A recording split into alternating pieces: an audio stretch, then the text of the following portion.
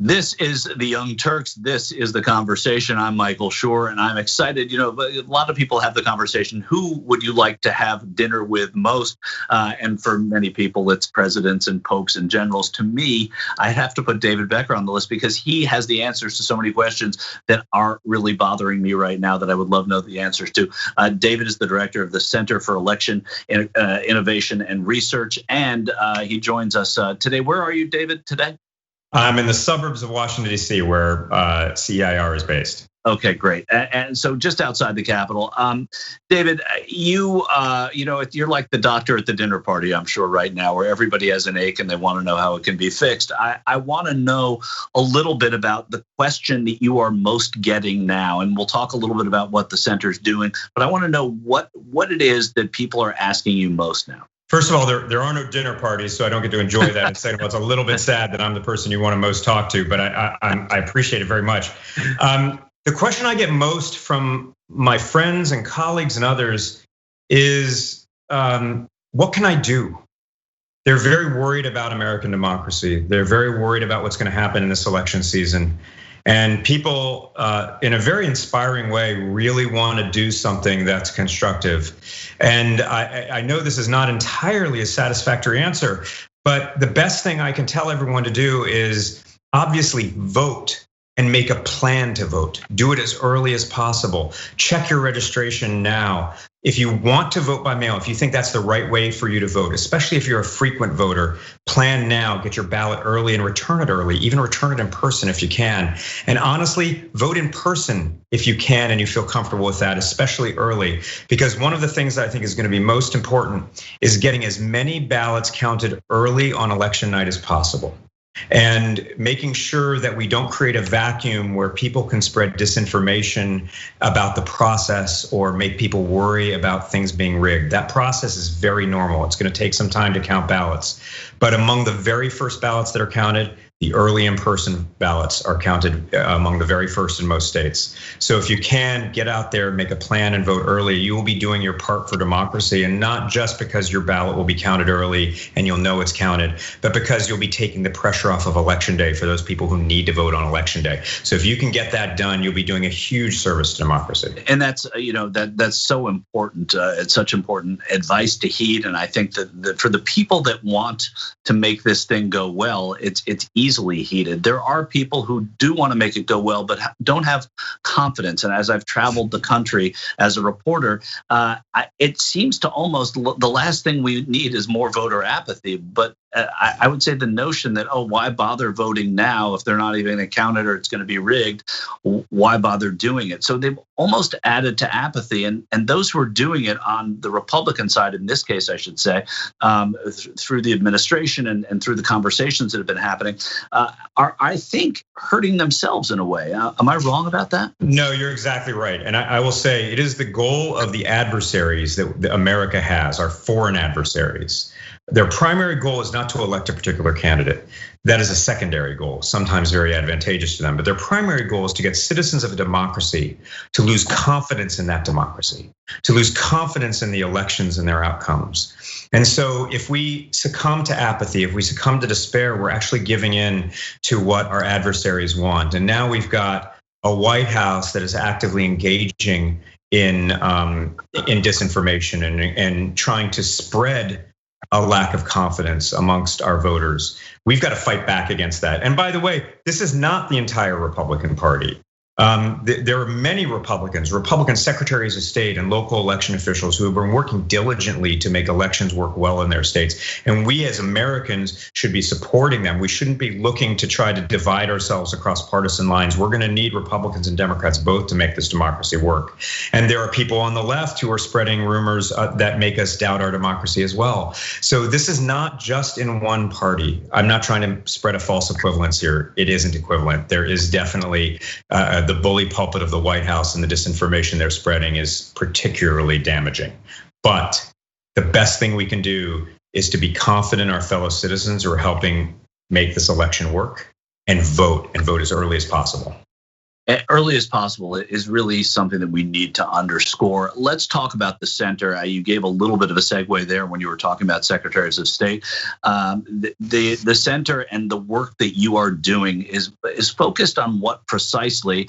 And you just got a big grant or a donation, and I would say an admonition to do well with it. And now you are doing well with it. Yeah, so I've been working in elections for 22 years. I was a Justice Department attorney in the voting section of the Civil Rights Division in both the Clinton and Bush administrations, second Bush administrations. And I worked at Pew and led their elections team for many years. And I founded the Center for Election Innovation Research, which is a nonprofit and nonpartisan, and works to help election officials across the country and across the political spectrum make elections work better for all voters. And we've been working all across the country to help election officials as they're trying to face the threat of foreign interference, which is very, very real. Face the challenges of voter apathy, and then of course during the last several months, we have layered the pandemic on top of this. This is going to be an election like we've never seen before. And when we all get a vaccine and we're able to touch each other and hug each other again, find your local election official and hug them.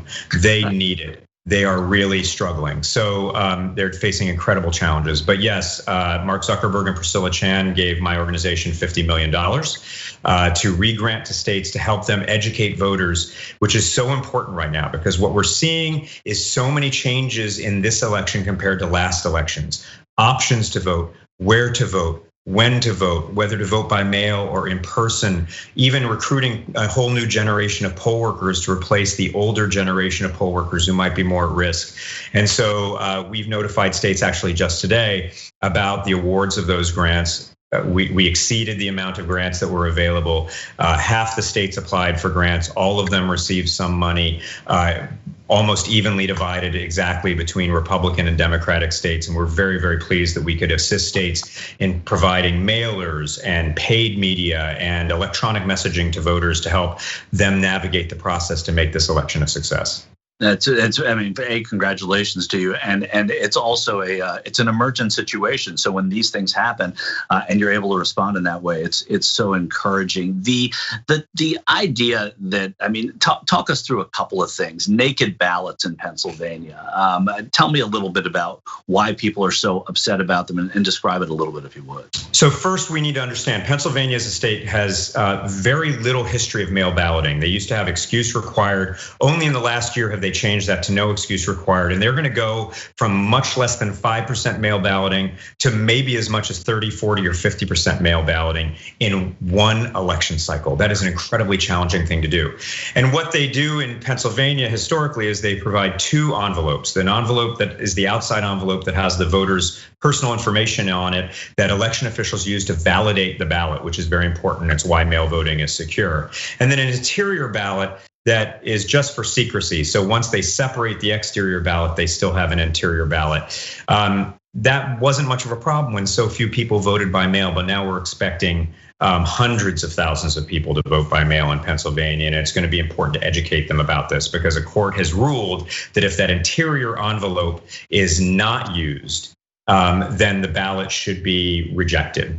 That's probably too harsh a penalty in this case, but it's the law as it currently stands. We'll see if that continues through the litigation to stand. But voters in Pennsylvania should know you're going to get two envelopes. Use both envelopes. That will be the way to ensure that your ballot is counted if you're voting by mail. Is there a hope that we will ever get to a uniform voting system, whether it be by mail or whether it be at the polls? So many people outside of this country who ask me, friends from other countries say, how do you do it this way? There's a rule, 50 different sets of rules for 50 states. It's not just 50. I mean, people always ask me, like, what about the election that's coming up? And I have to tell them it's not one election. It's actually more like 10,000 little elections because of the local jurisdictions that run elections all over the country. So on the one hand, that does make things challenging because we end up having some level of different standards across the states and localities, different technology that's used. But on the other hand, it makes us very resilient against attacks. It's really hard to attack, if you're in Russia, attack an election system that has 10,000 different nodes of contact rather than one single node of contact. So it's a balance constantly. I don't know that we're ever going to get to a single set of rules for the entire country, but there are a set of best practices that are percolating up. up. And I think those best practices are being very effectively shared between the states. And of course, my organization and many others are trying to help get to that point. You know, I was going to ask you to tell us something good. This country feels anxious to me about this election, not just because I'm lucky enough to go out and into the country, but because you can just stay home and speak to your friends. And there's an anxiety that I've never felt before. But hearing what you just said kind of answered that question for me. I'm going to ask you another one. Are we aided by the advance we have here? I remember in Bush v. Gore at the end of the 2000 election, it just sort of took us all by surprise. We didn't know what to do. Now we've got this lead time. How important is that? I think it's really important. I see, in some ways, I get a little bit frustrated by the worst case scenarios because I worry a little bit that it's telling voters that their votes might not matter and might not count. And it's really important for voters to know their votes matter and they will count, and election officials are going to ensure that. However, I think we're prepared for most of, or if not all of the worst case scenarios. I think people are going to find that election day and the days that follow go better maybe than they expected. There are scenarios, maybe not probable, but possible, where we know who won the presidency by Wednesday morning. There are scenarios even just a few days later. It's not going to take weeks. It's not going to take months. The one thing that we can't plan for is if the margins are so narrow in multiple states, then we're going to be in trouble. But that's nothing we can plan for. That is just something that might happen if we're that narrowly divided. But I can tell you, election officials, whether it's in just the swing states, Pennsylvania, Michigan, Wisconsin, Florida, North Carolina, or in states where we don't expect to swing, they're ready. I mean, they're as ready as I've ever seen them. And I think we've got this. All right, well, I like hearing David Becker say that he thinks we've got this. David, thanks for the work you're doing. Thanks for the work also that the Center for Election Innovation and Research is doing there in Washington. We all appreciate it as a nation. This is The Conversation. You're watching The Young Turks. Thanks for watching The Young Turks. Really appreciate it. Another way to show support is through YouTube memberships. You'll get to interact with us more. There's live chat emojis, badges. You've got emojis of me, Anna, John, JR. So those are super fun. But you also get playback of our exclusive member-only shows and specials right after they air. So all of that, all you gotta do is click that join button right underneath the video. Thank you.